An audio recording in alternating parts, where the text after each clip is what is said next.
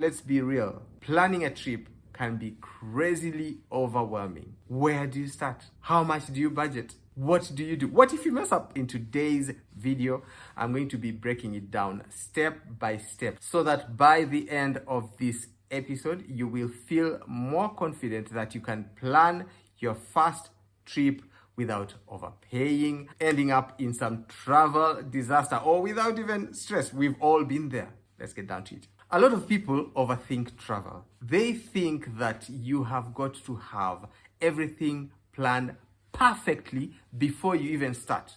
Well, let me just tell you, travel isn't about perfection. Travel is about the experience. When I started planning for our first travel, I was thinking, I have got to have everything sorted perfect. I was worried about making the mistakes. But mistakes do happen. I mean, sometimes you miss the train, you miss the bus. Sometimes you're trying to book a flight and you end up missing the deadlines, and so the flight is cancelled, or rather you miss those bookings, and so you have to start again and look for a new flight. Sometimes you book the wrong hotel, or sometimes you even accidentally order something that you can't even pronounce. And this has happened to us so many times, and at the end of it all, of course, it's all about the adventure, the experience. Now, the key is to start simple. Very important. Start simple. Just start simple. And I'll show you how. Now, the key is to start simple in this five-step travel plan. First thing is you have got to pick your destination. If it's your first time, of course, there's so many destinations and you're just wondering, how do I go about? The best way to do is check on Google, ask friends. There are many people who've traveled, and I'm sure you've got friends who have traveled the world, and there's also a wish list. So people, of course, go through this wish list and they think, okay, I like this country, I like that country. Some other people, what are people saying about these countries? The reviews on Google, what do they say about the countries, the specific destinations that you are planning to visit or that you would like to visit? And then also set your budget. That's number two, set your budget. If you look through a lot of things, they will tell you that the cost of the flight, the cost of living in these places is this much.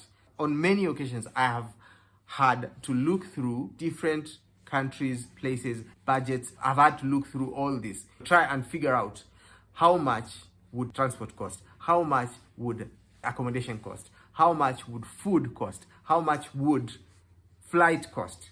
All those things, you have to look at them in perspective. And if there's somebody who has traveled to that country and that they have done it, then you can also engage them and ask them those questions. But these days, it's become so much easier because with AI, you can get a lot of recommendations and it can do the work for you in terms of doing that research. So doing the research is key thing. Then after that, you have to book your flights. If you look at websites like Kayak, cheap flights, you can check around on Google and you'll have the websites that talk about the cheap flights.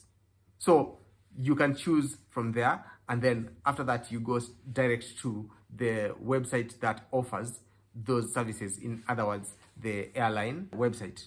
And from there, they can give you the different rates. You can check. And in terms of group booking, of course, you have got to get in touch with the airline directly. I'm not against agents or anything, but you find that sometimes agents will give you a rate that is very different from the airline. Sometimes you'll find that the airline will give you a better deal, especially if you are doing a group travel. So you contact the airlines directly, but if you're happy to work with agents, well and good, they can organize the trip for you. Although I would tell you, for us, having gone through all that, we have the idea of what works best, how it works, which offers would work for you. We've used both the travel agents and we've also used our own means of booking, and I have stories about travel agents. However, I digress. So, as I say, always compare flights on Google Flights, Skyscanner, Hopper, whatever legitimate websites. Don't just go and pick a website that you think, oh, this website works. Because sometimes you can be scammed. People, scamming is real. And I have been scammed before. Not a very good thing. For accommodation, there are very many different options that you have these days. You've got Airbnb, you've got Booking.com, Kayak, all these. They have different rates and you can compare the prices. All right? Number 4, transport. There are countries that you visit and you find that, oh, they have the weekly transport cards that you can actually buy and you feed an amount of money that you are going to be using, depending on the length of time that you're going to be traveling. So you can buy that. You can buy the weekly transport cards. Sometimes you find that there are countries that have all pass, which means you can buy, say, a weekly ticket that covers the local transport. So buses, trains, minus the taxis, of course. But, you can travel around the city or the city by using that card and you don't pay anything extra. Sometimes it's much cheaper doing it that way than going and paying for every trip that you get on. The main thing is you can buy a train pass, you can buy a bus pass, or you can buy a combination of both. Apps like Google Maps, Grab, Uber, all these apps that you have, they will save you a lot of stress and a lot of time as you travel around, as you navigate around the city. Because you find that it's so much easier to know your places ahead of time and you have your companion as the app. So it's important that you keep apps, you download your apps before you travel because they will help you navigate through a lot of things. Number 5 is make a loose itinerary. Do not over plan because plans do change. And I've done this so many times, people, that you will find that sometimes you plan and you put so many things on your itinerary and you end up doing almost half of what you have planned. Make a loose itinerary and plan by the day. In fact, if you are moving with a family, for instance, the children cannot take in more than one activity a day. It's going to be very, very challenging. Think of a trip like you're going from, say, Africa, moving to Far East. Traveling alone would take at least 24 hours to get to your destination.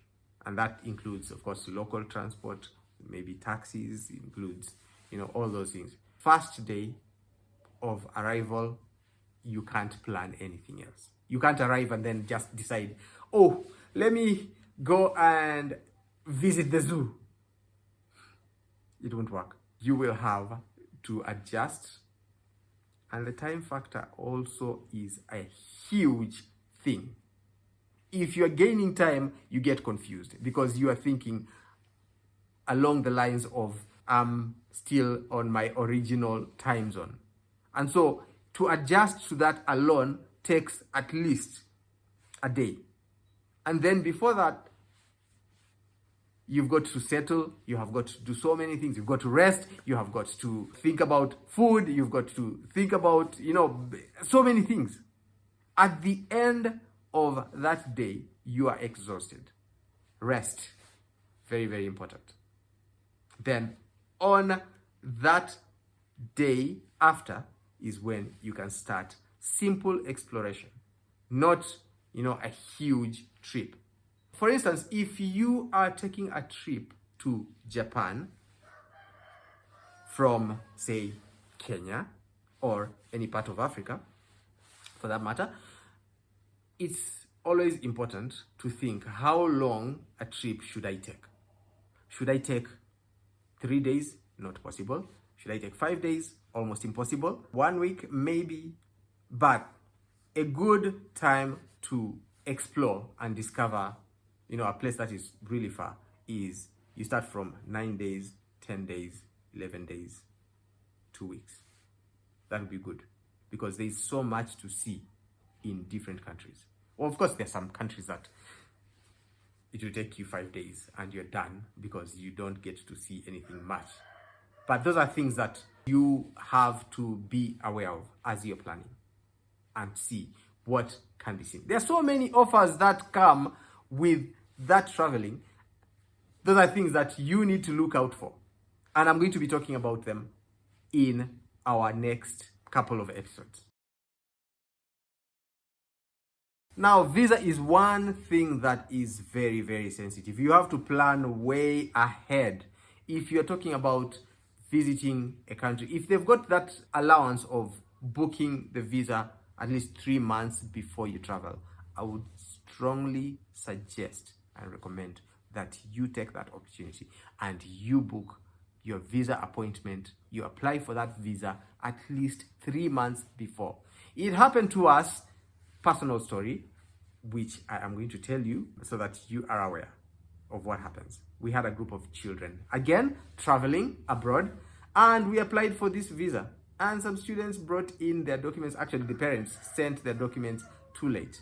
Maybe about a week to travel, or a week and a half, something like that. Very, very close to travel.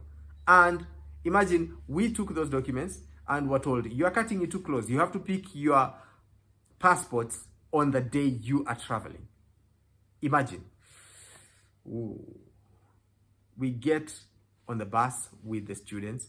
We travel to the embassy and we start getting those passports, and then shock onto us.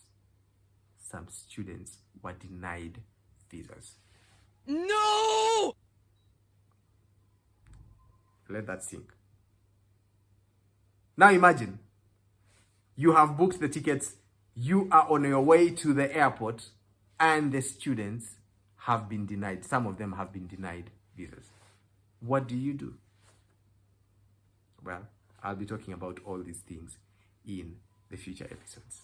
So stick with us. And if this is your first time you're meeting us, my name is Nick, and we love to travel as a family. And here in this channel, we give you tips and tricks and give you all the information on how to plan your trip without breaking a sweat and overspending.